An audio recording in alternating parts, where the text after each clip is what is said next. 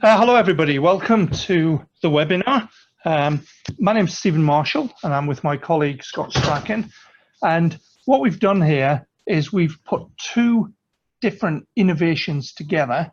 We've put together the vertically integrated project program, which we'll tell you a little bit more about later, and we've used that as a way of making a real impact in sustainable development through a number of projects which we've called the VIP4 SD. So welcome everybody. I'm now going to hand you over to my colleague, Scott Strachan, who's going to start things off. So you'll be hearing from me later.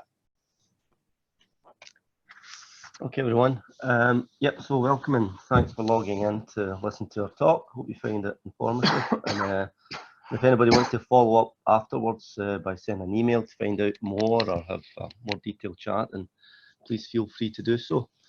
So the VIP for Sustainable Development Programme, that's what we're going to try and get across to you today, what it's all about, how we started it up, why we started it up, and what it involves, and what it means to the students here at Strathclyde as well. So I suppose part of the motivation for this is to do with this headline here. The fact that, in 2025, whether you agree with the numbers here is by the by, I suppose, but essentially there's going to be lots of students and further in higher education. They're going to be very enthusiastic, very passionate, highly motivated to ensure that we reach the 2030 targets associated with the Sustainable Development Goals. And they try and carve out a more sustainable future for themselves and for us all. And I think that's been well acknowledged by the international community, by the UN, by higher education institutions, by the commercial sector, by employers now as well, that young people have to be given a platform in which they can get involved proactively now and choosing or steering us towards that direction of a more sustainable future for all. And there's a network known as the Sustainable Development Solutions Network that some of you may be aware of, which is a global initiative supported by the United Nations, and it really is like a global network for higher education institutions with an interest in promoting sustainable development and trying to engage the youth of today and the youth that they have a unique access to, and we do as educationalists, in trying to get them involved in education for sustainable development. So arguably, and I'm sure we could argue it, but arguably the most important of all of the SDGs is SDG 4, quality education. And really what this deals with is integrating education into sustainable development and also integrating sustainable development into education. So, going back to the Human Rights Convention 1948, we realised that the access to a good quality education for everyone is not only important for the development of individuals, but our wider global society. I think there are figures that show that for every additional year of education, there's a 10% increase in someone's earning capacity, and that can also translate directly through to GDP if we're looking at it as a more kind of communal, global impact. And then there's integrating sustainable development into education. And this is what we're really focused on, and we're thinking about how we can actually do that. How can we provide that platform for our students to become more proactive in achieving this sustainable development agenda? And this is obviously driven by Target 4.7, where it is quite explicit in the need for the promotion of education for sustainable development, not only in higher education, but across the global community. So why else, apart from this moral imperative for education for sustainable development? Well, it's what our students are keen to see in their curriculum. There was a fairly recent, last year, NUS survey conducted, and from that we saw that 70% of our students would like to see sustainable development actively incorporated and promoted through all courses. 61% would accept a salary of 15% lower than the average to work in a company with a good social and environmental record. So we're seeing that students are becoming highly motivated by cause and not only cash or indeed academic credit. And I think it's important for us to move with that shift in mindset of our students. There are other networks. The one I mentioned, the Sustainable Development Solutions Network, they have a subsidiary of that known as SDG Academy, where they provide lots of online course material that is for use by other higher education institutions at a cost, but a fairly reasonable cost. And really what they're focusing on is trying to embed education for sustainable development in higher education. However, I think it's probably fair to say that the mode of teaching and learning that they adopt is very much obviously online, perhaps some blended, but it's very much that kind of traditional kind of classroom setting, whether it be virtual or real. It's that one kind of directional information flow to the students, very subject-based form of learning. And I think that what we're trying to achieve through our programme is a shift away from that approach, which we'll come on to shortly. And that's just showing you the number of SDSN sites. And again, I suppose what this does serve to demonstrate is the clear appetite globally across our sector to engage in education for sustainable development and think about how we can integrate it into our curriculum, which is obviously a good thing. So also we can think about the customers, or some of the customers, the other customers that we serve as universities, which are employers. They obviously need our graduates, and the type of graduate they'll be looking for is a graduate that's very literate in this area and can bring to them the skill sets and the competencies that are required to help them not only satisfy the targets of SDGs for the kind of moral good, but also to look at how they can exploit these opportunities, because there are opportunities, commercial opportunities that sit underneath each of these SDGs, and it makes good business sense for the commercial sector to ensure that they can engage with those opportunities and take advantage of them. So these employers are no longer driven by the bottom line of profit. There's this triple bottom line of profit, people, and planet. And it's maybe arguable where the kind of weighting sits here, but essentially I think there is a requirement now for employers to think about what's important to them, because that's what's going to allow them to attract the best talent as well. We know that students now are highly motivated by the kind of global challenges of the day in the midst of a climate crisis.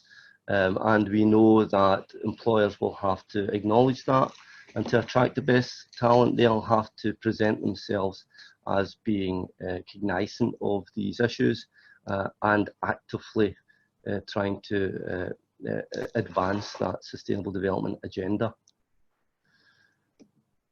However, I think it's fair to say, and this report highlighted it, that these organisations still lack the capacity to implement these SDG or sustainable development strategies, and they lack the people, the employees that will allow that to happen. And therefore, again, as a university, it's really kind of incumbent on us to ensure that we are developing these competencies in our graduates to satisfy the employers that will ultimately take them on. It's also institutional benefit. There are many research opportunities that sit underneath these SDGs, and as a university, we have a role to play in ensuring that we can advance this agenda. And not just university, you know, the entire educational sector in terms of teaching, but also in terms of research. And I think also we're all driven by these league tables and rankings, although they shouldn't be the main driver, I don't think, but the reality is that we have to acknowledge that they exist. And the Times Higher Education, as many of you will probably already know, have a ranking for SDGs contributions effectively from higher education institutions. And also, I think if we're trying to ensure that our students, we improve the student experience, there is an opportunity here for us to help our students engage with sustainable development goals, and through that we can improve that student experience. And again, you would hope to see that filter through in things like the National Student Survey. So some of you may be aware of the UNESCO Global Action Programme in Education for Sustainable Development, and I think the key thing here is that really what this has acknowledged is the fact that we need to reorient the education and learning so that everyone has the opportunity to acquire these new skills and competencies and values and attitudes to ensure that we can achieve this sustainable future.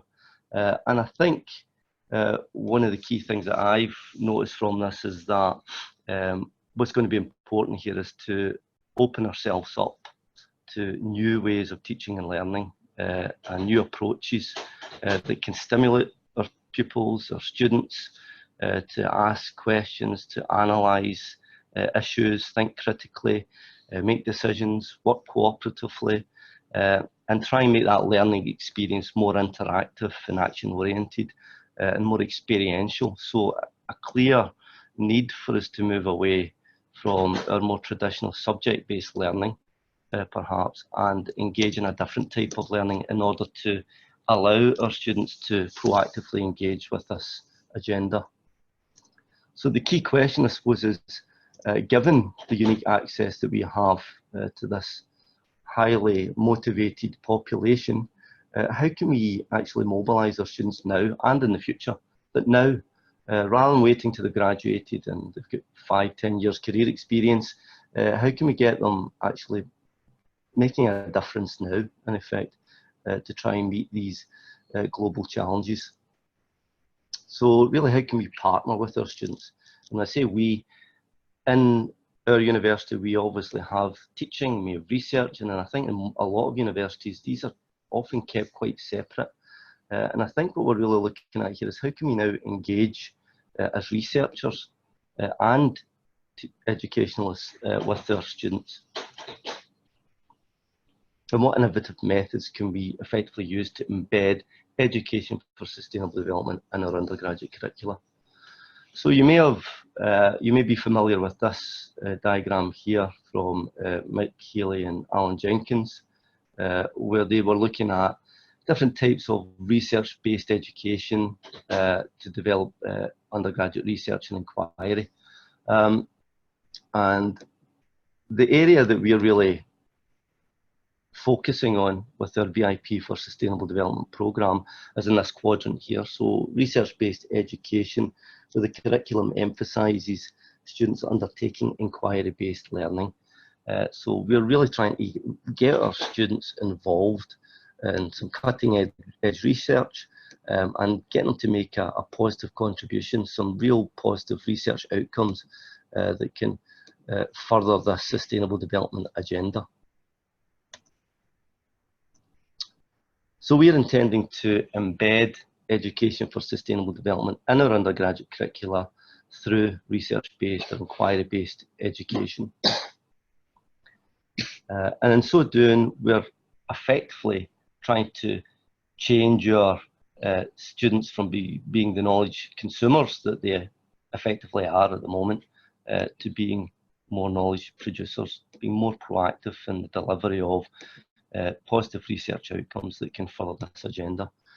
So it's a blurring of the lines, if you like, between research and education, trying to bring them together and find that nexus where both the research community and the university and more globally can benefit from this very mobilised, motivated and free resource that we have in the form of our undergraduate students, but also give our students the opportunity to make a positive contribution now and develop a lot of competencies that aren't only important for them in their understanding and awareness of sustainable development, but also the type of competencies that many employers are looking for in their students: critical thinking, analytical thinking, normative competencies, etc. So it makes sense that if we're going to involve our students in research-based education, then it's going to have some degree of horizontal integration. We don't want our students to work in silos within their own disciplines. We want them to reach out and branch out to work with other students in other disciplines. So we want these projects to be multidisciplinary.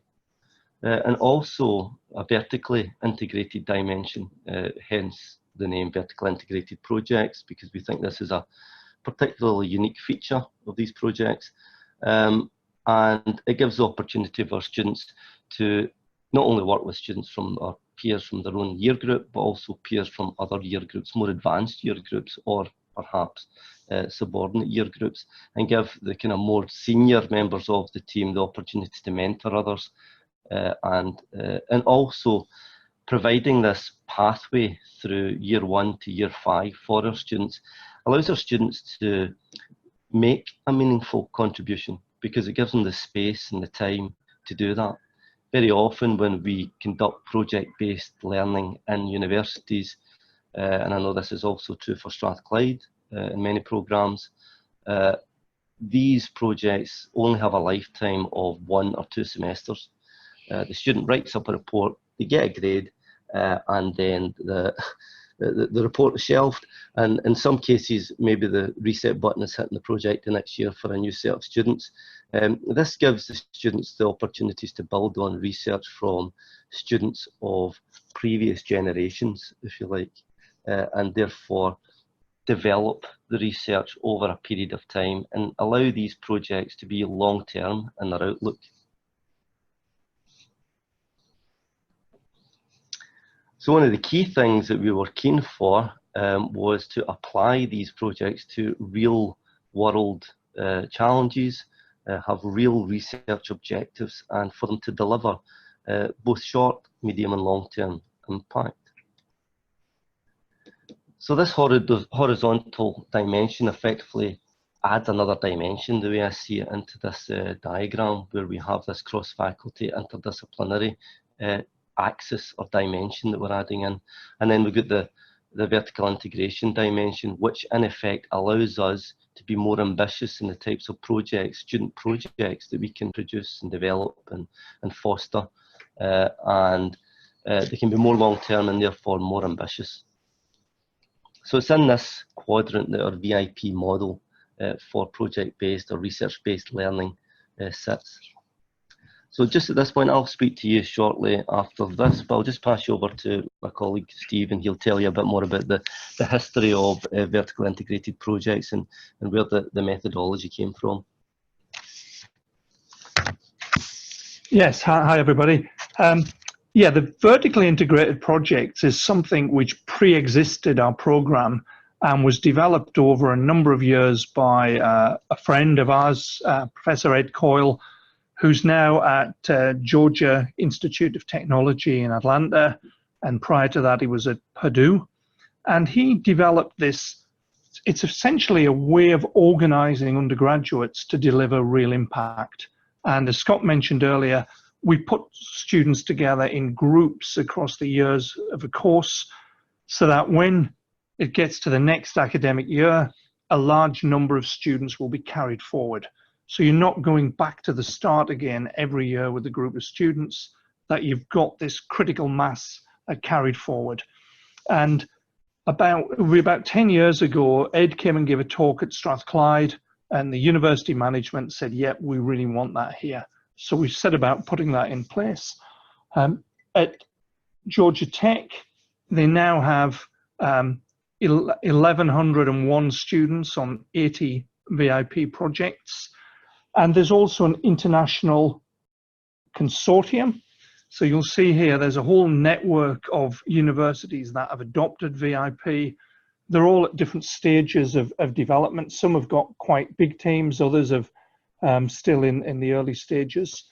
You'll see Strathclyde is listed there, and we predate the consortium itself. And we've recently made the claim that there's a VIP now on every continent except Antarctica, and I think Ed is working on that at present. So this is a mechanism that we've brought to Strathclyde and we think is ideal for being able to engage students in doing work in sustainable development. So I'm now going to hand you back to Scott, who will tell you a bit more about this. You now have a handle on what VIP is. It's a fairly simplistic approach, but there are challenges in how we implement it, which I'll come on to. But in effect, we see VIP as a means to an end. It's a method that we can use to deliver research-based education. And then, as Steve mentioned, following the 2015, the Sustainable Development Goals becoming online effectively, we aligned our VIP program with that agenda and with those goals. So in effect, we now can claim that our VIP program is a way of embedding research-based education for sustainable development in our undergraduate curricula. And as I say, so we see VIP very much as a means to an end, a means of delivering research-based education for sustainable development. We still have education for sustainable development in a kind of more subject-based form across other programs, but I think what's particularly unique about this is the research-based element of this.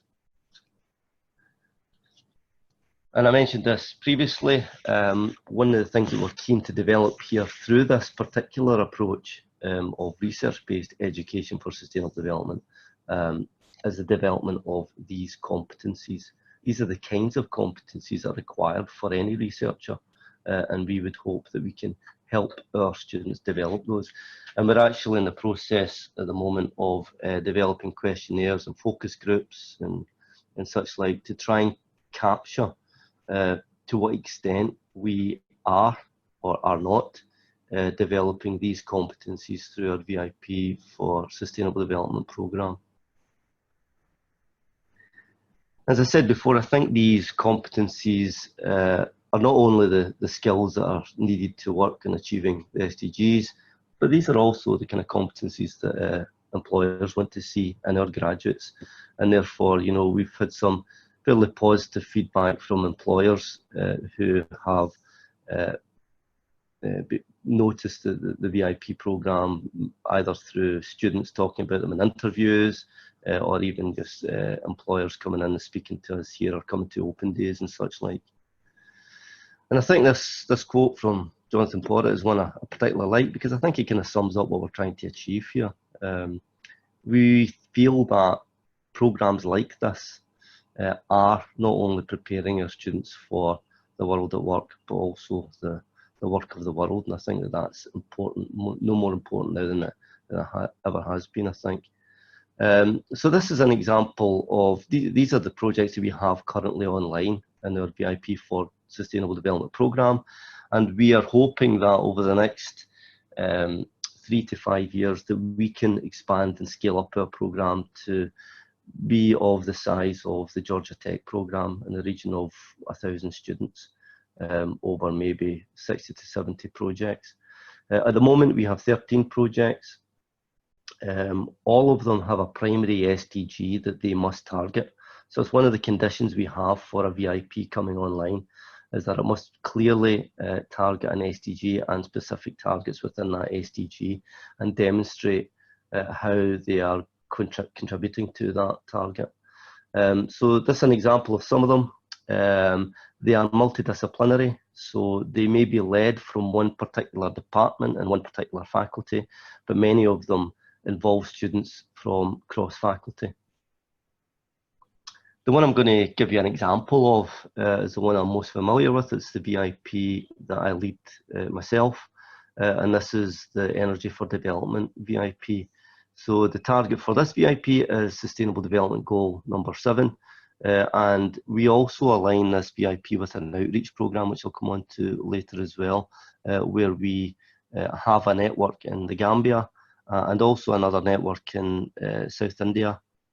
And it's an opportunity for us to take our students there, give them first-hand experience of some of the needs of these communities.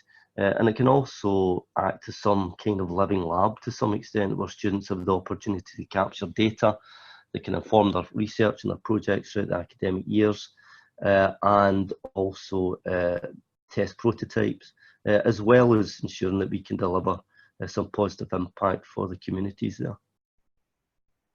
So very quickly, SDG 7, for those of you who are maybe not quite as familiar with this particular SDG, it's really about ensuring that everyone has affordable, clean, reliable, sustainable access to modern energy, effectively electricity for everyone.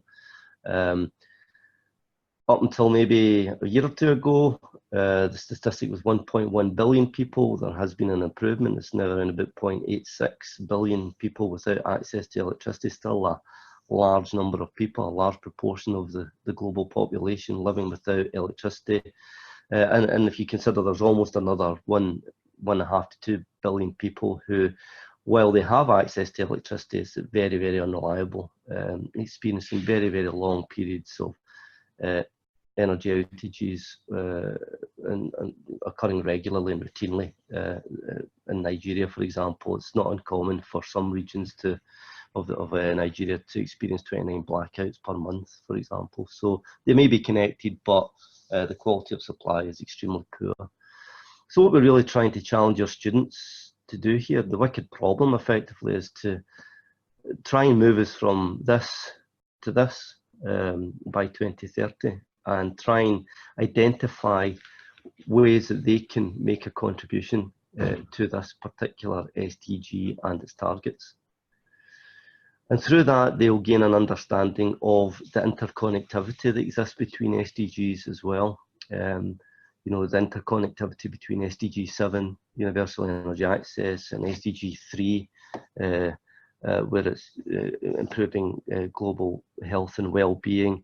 We have projects that are looking at e-cook, so electric cooking, 3 billion people, many of whom have access to electricity, still using fuel wood for cooking or charcoal for cooking, with the serious health implications there. 4 million people a year dying as a result of that through the indoor biomass inhalation and the respiratory illnesses that leads to.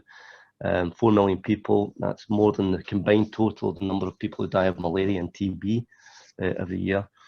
So it's giving our students, our engineering students primarily, an awareness of these other factors and the connections that exist between this SDG and many of the others.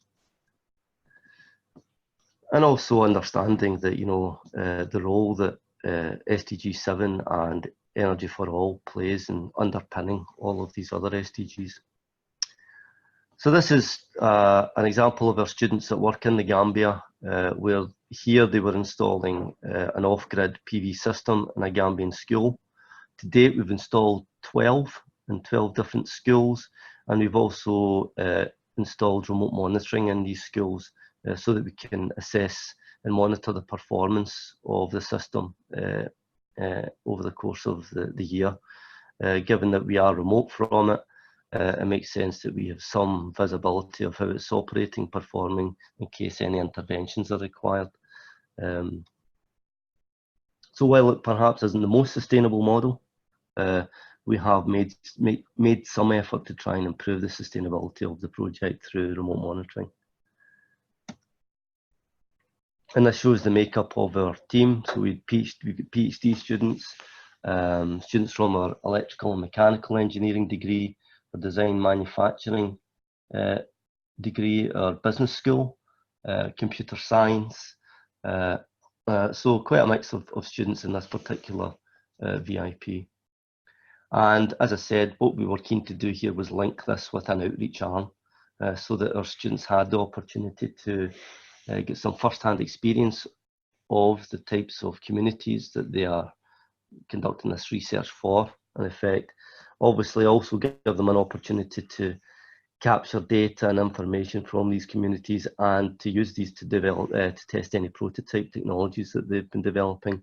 So for example, with the Recook project at the moment, we have a team going out to Malawi, a team of researchers going out there in about 3 weeks, and our students have been involved in developing the questionnaires that will be needed to get the information that they need to bring back, to think about the types of prototype e-cook technology that they can develop, and also to assess the impact of electric cookers on existing energy systems. And this is our team from this year, where we went out to another school and installed fans and lights and solar PV in that school.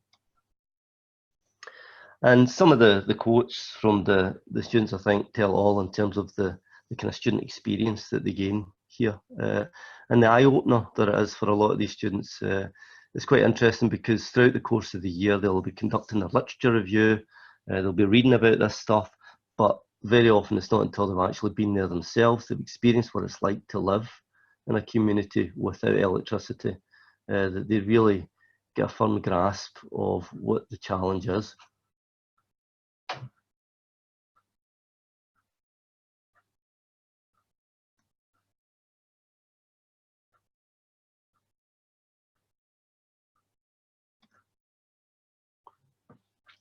And I think it's quite satisfying when we see quotes like this from students, where they appreciate that as an engineer, they have a real positive role in society in helping people. Quite often as engineers, I feel that our students are quite removed from the impact of their exploits, unlike perhaps medical students, etc.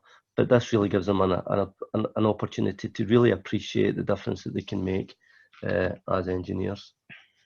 So we feel that this VIP and the VIP programme in general ticks all the boxes in terms of student experience, blurring the lines between teaching and research, and also delivering impact, both in terms of our student experience and also the communities in which these projects serve. I'm just going to hand you back to my colleague Steve, who'll tell you a bit more about our annual conference that we hold. Yes, something we've, thanks Scott, something we've brought in at Strathclyde is we get all of our students together once a year to compare their experiences and to demonstrate their work. So all students will have an opportunity to present their work in the form of a poster, and we have a competition in which the winners are able to do an oral presentation. We've had pecha-kuchas, we've also had bidding for more funding. And this has really got noticed by the wider VIP consortium. Usually Ed Coyle comes to attend this and speak at it.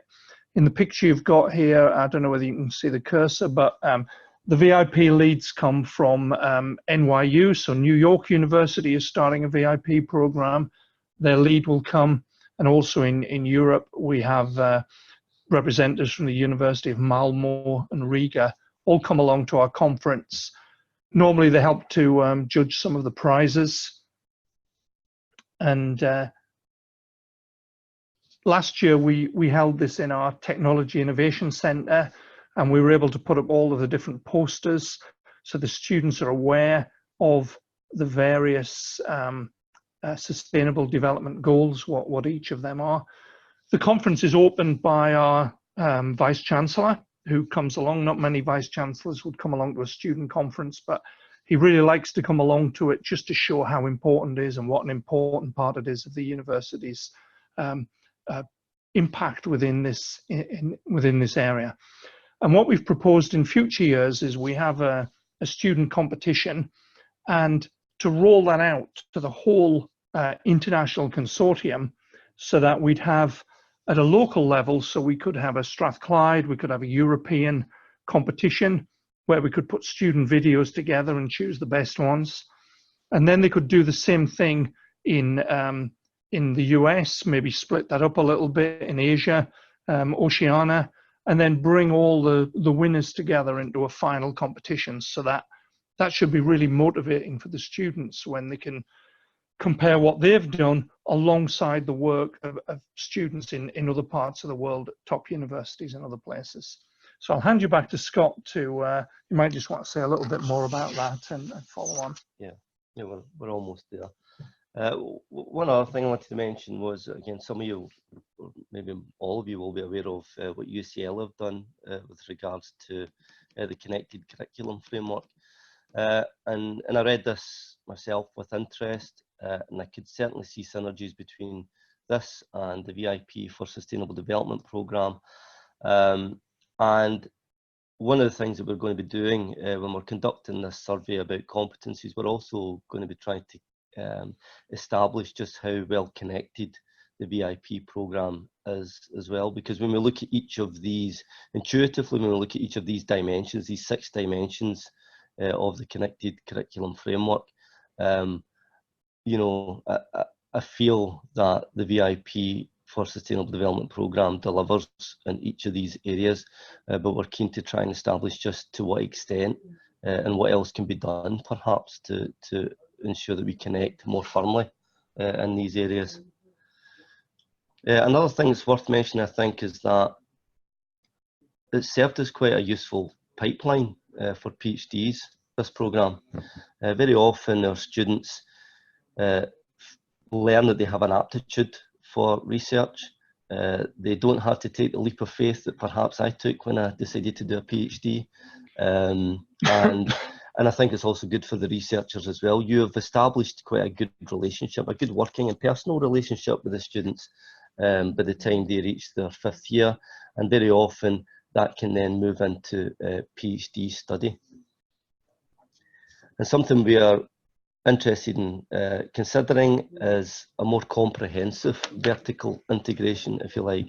So looking at vertically integrating into other educational institutions, including primary schools and secondary schools and further education colleges, and having that link all the way through so that there is contact between the kids at school with the young people coming into university. It's a great opportunity to widen access as well. It's a great opportunity to really try and raise awareness of SDGs at an early age and make the students or the pupils at schools aware of the fact that if they go to university, then they can start to contribute positively to these this agenda. And we've just submitted a proposal for a SUE, some SUE funding to try and take that forward and that discussion forward through discussions with other higher education institutions and further education institutions and also schools and local authorities to see if this is a model that could fit. So we're keen for our VIP to extend the vertical integration dimension, but also we want to expand it outwards as well. So we'd like more engagement with private and public sectors and civil society, because I think it's important that if we're going to deliver impact and we're going to have our research directed towards the right intentions, that we have all stakeholders involved. And I think at the moment we have some outreach through some of our VIPs with civil society organisations, NGOs, charities primarily. And we're also in the process of institutionalising this, so scaling it up across all of our faculties. And that has been a challenge. It continues to be a challenge. Here are some of the challenges that we're facing, which some of you would perhaps expect. Academic regulations to accommodate this new way of teaching and learning. Although I think it's fair to say that you know, the regulations shouldn't drive good education. It should be the other way around. But sometimes it can be difficult to make that case, or certainly to get changes to the regulations put in place in a time scale that allows you to take this forward, you know, within the generation of one student. So that's something we're working our way around at the moment, along with our colleagues in our education enhancement department. There are changes required to the existing curriculum. So one of the key things that we're trying to establish at the moment are pathways through individual degrees. Ideally, we'd like to see a vertical integrated pathway from year 1 through to year 5 in every degree, but we have to be pragmatic. That's unlikely to exist in every department at the moment, but we're working with course directors and vice dean academics to try and forge these pathways over time. Degree accreditation, again, can sometimes be a barrier to new ways of teaching and learning. But again, I think it's about working with heads of departments, vice dean academics, course directors, and trying to get them to appreciate and acknowledge the reason behind this, and the impact that it can have on the learning experience of the students. And staff engagement and resource. So I think it's also important that these VIP projects aren't seen as pet projects. They are seen as being fully embedded in the curriculum. And to the extent that, you know, staff workload models and staff duties, well acknowledged in staff duties, and that heads of departments acknowledge this in their resourcing of teaching and learning.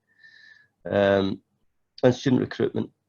So again, it's about trying to get the word out there to our students that this is an opportunity for them to become proactively involved in sustainable development. And we're also reaching out to other partners because we're keen to internationalise this. So there are partners within our VIP consortium who are interested in potentially aligning their VIP with sustainable development. And also there are many other organisations and institutions, EA, UC being one of those, that have a clear agenda in promoting education for sustainable development. So we'd be keen to speak with anybody who has any contact with these networks in order to try and engage with them. And that's really it. So as I said, it brings me back to what I said at the start, which is if anybody has any interest in finding out more about this, or want to come in and speak to us about it, or for Skype or whatever, then we're keen to do that. There are many other VIP projects that we could talk to you about. I tried to give you a bit of a flavour of one, which was my own VIP. Hopefully that gave you an idea of what it means to run a VIP and the type of experience that the students would get there as well. But if anybody has any other questions, we'd be happy to take those now. Great, thank you to both of you gentlemen at Strathclyde. Really interesting presentation, so thank you for your time on that. I've got a quick question just to get us kicked off. You were talking about some sector involvement. Obviously this is quite an important kind of next stage step. Have you got any examples of kind of cross-sector involvement that you've been working on currently? Well, I mean, speaking from my own VIP, personally, I mean, generally, the way that we've connected with different sectors has been through the research projects that the VIP has been supporting. So in our VIP, focusing on energy for development, a lot of our work is in Malawi, a lot of that's Scottish Government funded. And also we engage with NGOs and some charities. And generally what's happened is, and also there has also been some private sector organisations, mini-grid developers, for example, or solar home system providers, and our VIP teams support that research that's being conducted. So these are funded research programs, and we have our VIP team as a resource feeding into these programs. And in the process, we often allow our VIP students to engage directly with the funders. So they'll be involved in research meetings that we conduct, progress meetings that we conduct with the funders, and they get some exposure to that there as well. So I think, I mean, it's a bit like, I think one of the useful things about this approach as well, which is I know is one of the things that the connected curriculum tries to do, is to try and kind of pull the curtain back and allow our students to see the other things that go on in a university, and particularly in terms of research. And we try our best to try and allow our students to engage fully with their researchers and also the external partners that fund their research. So that's how we've done it in my own personal VIP. We have talked about the potential for allowing external partners to define new VIPs and perhaps even fund those.